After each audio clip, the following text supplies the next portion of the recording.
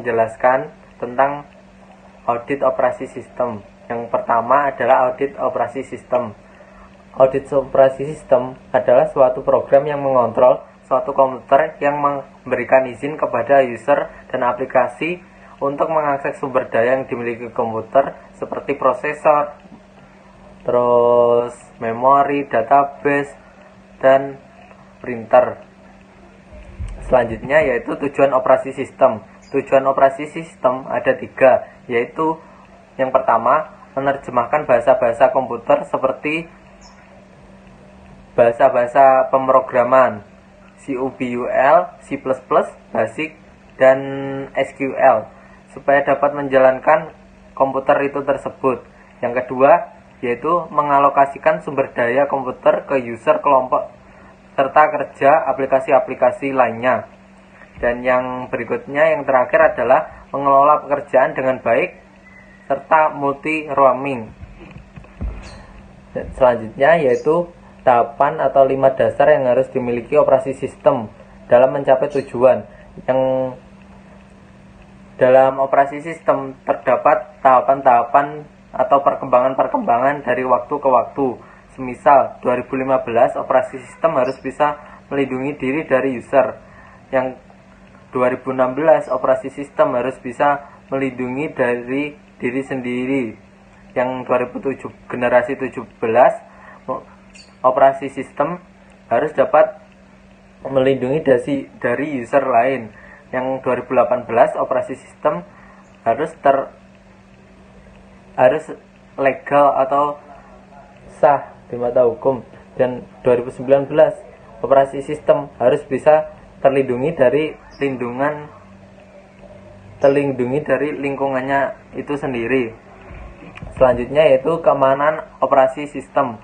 Operasi sistem atau security system meliputi aturan-aturan, prosedur, dan kontrol yang menentukan siapa yang bisa mengakses operasi sistem, sumber daya komputer yang digunakan, dan aktivitas apa yang bisa mereka lakukan. Komponen keamanan yang memastikan bahwa operasi sistem itu aman. Yang pertama yaitu ada logon prosedur, akses token, akses control list, dan yang terakhir yaitu discretionary access privilege. Selanjutnya akan dijelaskan oleh Diana. Terima kasih. Selanjutnya, ancaman terhadap integritas operating system. Ancaman yang dapat terjadi terhadap integritas operating system dapat disengaja maupun tidak disengaja. Itu ada 3. Yang pertama, penyalahgunaan hak otoritas. Yang kedua, seorang individu, baik itu internal maupun eksternal, yang menggunakan operating system untuk mengeksploitasi kelemahan keamanan.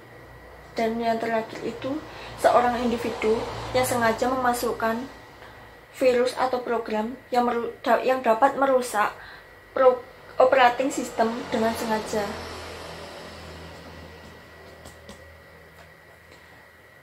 Selanjutnya, operating system control dan audit test itu merupakan pemeriksaan operating system dan beberapa percobaan pemeriksaan yang bertujuan untuk mempertahankan operating system dari ancaman. Itu ada 4 area.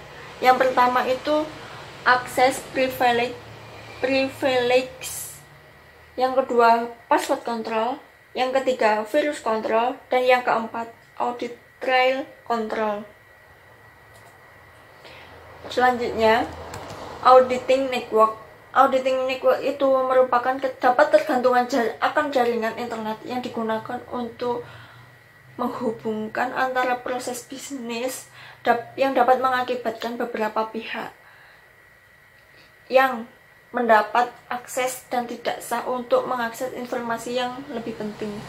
Maka dari itu, suatu organisasi atau perusahaan dapat mengelola secara terus-menerus untuk mencari keseimbangan di antara peningkatan akses maupun resiko yang terjadi.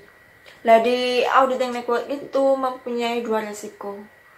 Yang pertama itu intranet trace atau resiko intranet. Yang kedua, internet trace atau risiko internet.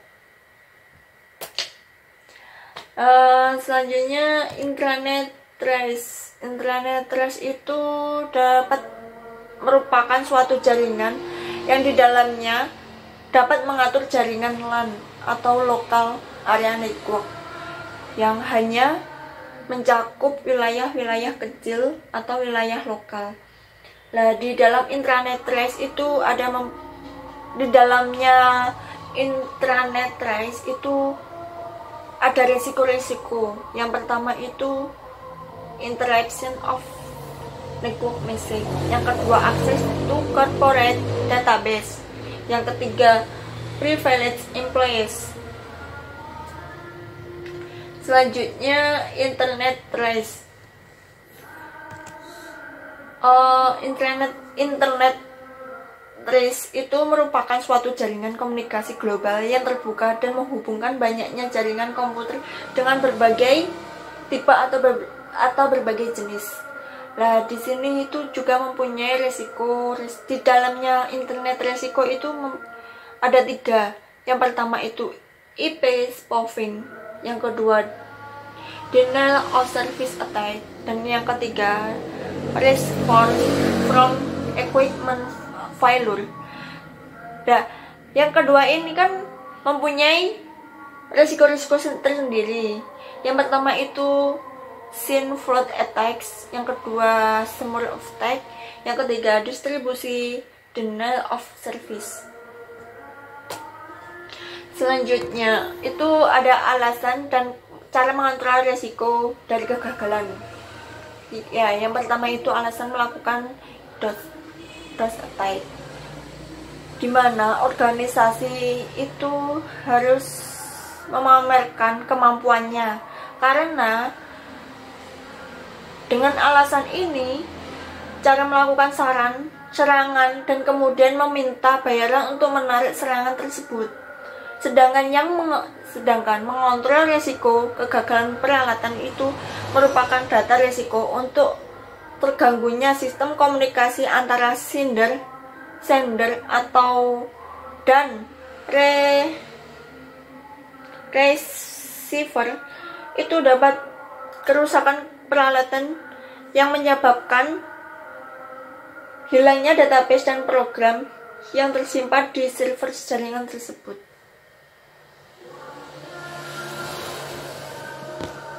Selanjutnya, controlling risk from subversive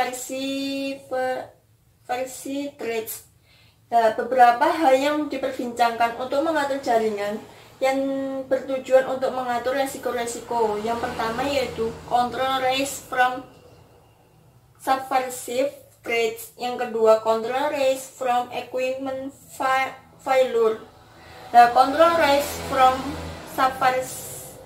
subversive threats yang itu ada beberapa. Yang pertama itu firewalls, yang kedua denial of service attack, yang ketiga encryption, yang keempat digital signature, yang kelima digital certificate, yang keenam message sequence numbering, yang ke-7 itu message transaction log, terus request response teknik, yang terakhir call back device. Selanjutnya yang kedua itu control risk from equipment failure. Nah, di sini itu mempunyai 3. Yang pertama line error, yang kedua echo check, yang terakhir parity check.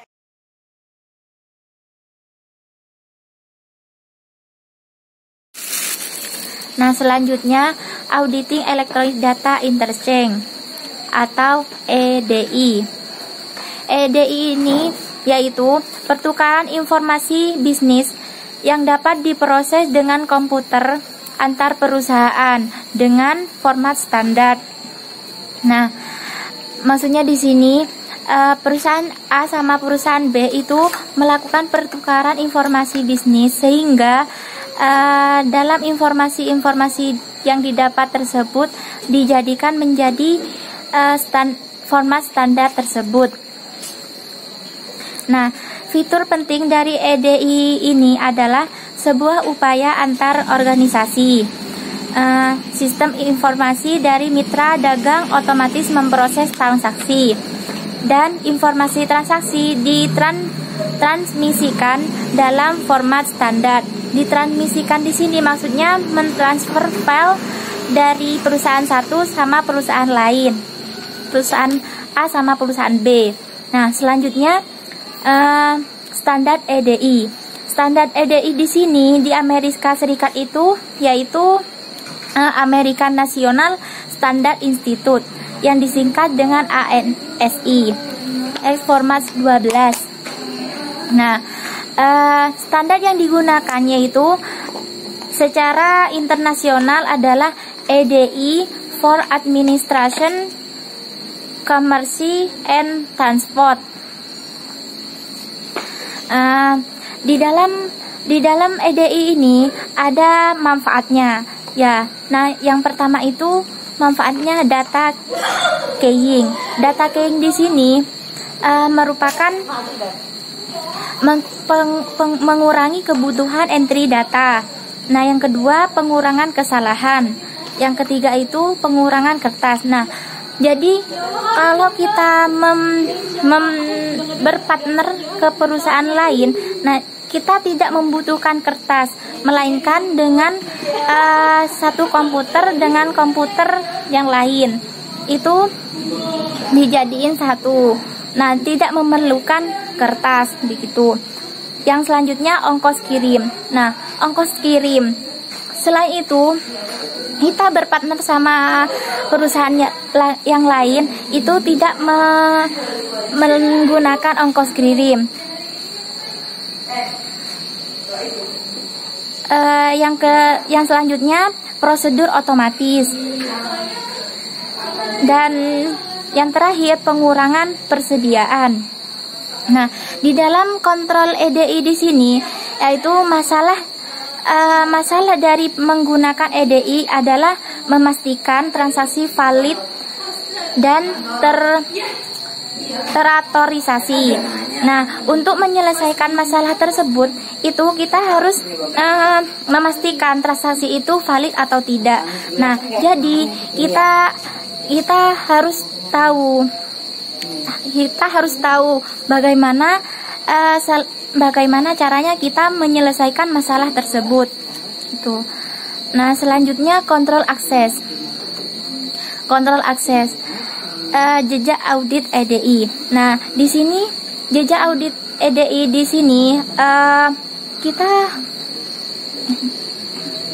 lancar dengan harus melancarkan jalan menuju perusahaan kita masing-masing. Kita tidak boleh privat data yang kita peroleh, harus terbuka. Nah, dari sebab itu kita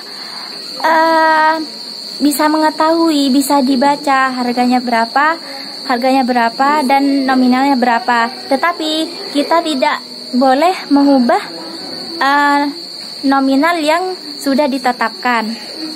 Gitu.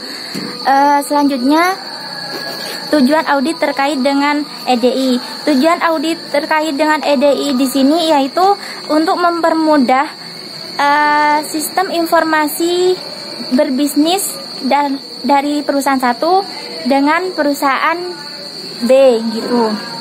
Perusahaan A sama perusahaan B. Selanjutnya prosedur audit berkaitan dengan EDI. Yang pertama uji otorisasi dan kontrol validasi. Yang kedua uji kontrol akses. Yang ketiga uji kontrol jejak audit. Selanjutnya sistem akuntansi auditing berbasis PC. Nah, di dalam sistem akuntansi auditing berbasis PC di sini ada resiko dan kontrol PC sistem. Yang pertama itu resiko pencurian. Nah, di sini risiko pencurian di sini banyak terjadi hacker-hacker yang mencuri data tanpa sepengetahuan perusahaan. Nah, oleh sebab itu kita harus berhati-hati dengan hacker-hacker itu. Kita harus mengamankan data tersebut biar tidak hilang dan termanipulasi. Selanjutnya, prosedur backup lemah. Yang resiko dan kontrol PC sistem di sini ada prosedur backup lemah. Yang kedua, resiko infeksi virus. Nah, resiko infeksi virus di sini jika terjadi virus dalam komputer, nah kita harus menyediakan antivirus agar tidak bermasalah dengan komputer yang kita jalani. Kita harus menyediakan antivirus tersebut. Selanjutnya, kelemahan sistem operasi. Yang selanjutnya, akses kontrol lemah. Yang selanjutnya, pemisahan tugas yang tidak baik. Nah, maksudnya di sini pemisahan tugas yang tidak baik itu kita harus memisahkan yang ini ahlinya yang bidang ini, yang ini bidang ini. Kita harus memisahkan karyawan mana yang keahliannya memang di bidang elektroniknya, di bidang keuangannya, di bidang ini gitu. Terus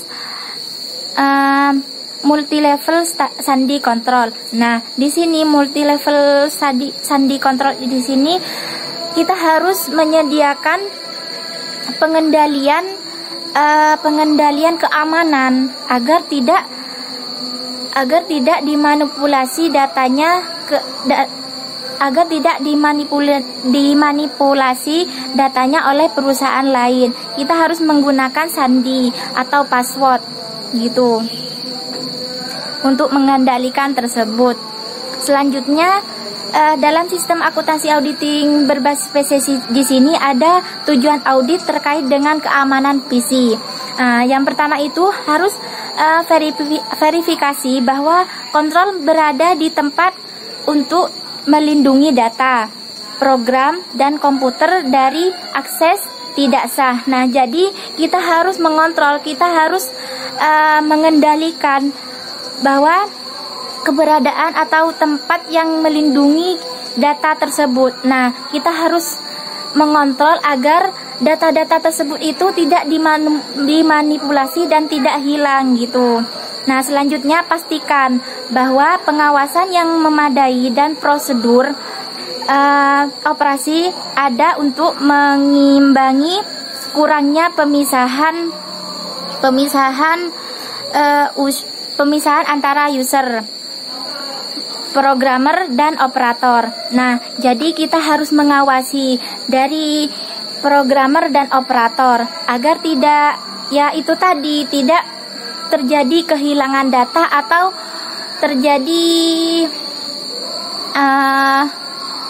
terjadi manipulasi data tersebut gitu.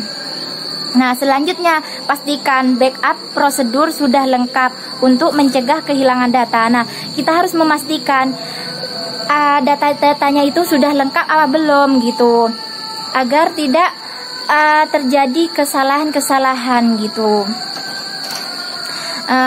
Selanjutnya pastikan bahwa sistem ini bebas dari virus. Nah, di sini kita harus waspada dengan virus-virus yang ada di komputer tersebut. Kita harus memastikan resiko apa yang bakal kita dapat. Kita harus kita harus menyediakan antivirus itu gitu, agar tidak terjadi kerusakan atau permasalahan dalam sistem tersebut gitu. Selanjutnya di sistem akuntansi auditing berbasis PC di sini ada prosedurnya. Prosedur audit terkait dengan keamanan PC. Yang pertama itu auditor harus mengamati bahwa PC sudah ditempatkan secara benar untuk mengurangi kesempatan pencurian. Nah, seorang auditor itu harus mengamati apakah sudah ditempatkan dengan benar. Kalau sudah ditempatkan dengan benar, itu kan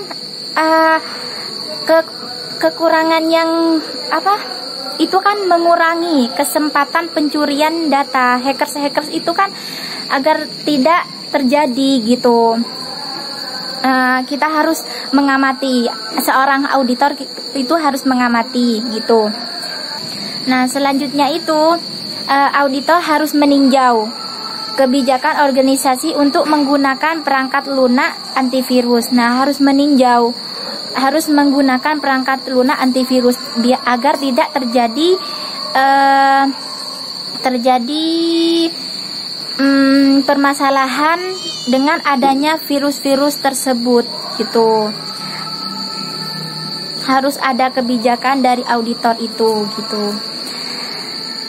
Nah, selanjutnya auditor harus mengkonfirmasi bahwa laporan transaksi diproses, daftar rekening diperbaharui, dan kontrol total yang disiapkan didistribusikan oleh manajemen yang benar. Nah, auditor itu melaporkan atau mengkonfirmasi kepada pihak yang bersangkutan kalau jika di dalam sistem tersebut itu yang dijalankan itu sudah diproses transaksinya, sudah diperbaharui jika ada kesalahan. Nah, jadi seorang auditor ini harus melaporkan hal-hal yang sudah terjadi di perusahaan tersebut gitu, dan mendistribusikan oleh manajemen yang benar gitu. Didistribusikan oleh manajemen yang benar gitu.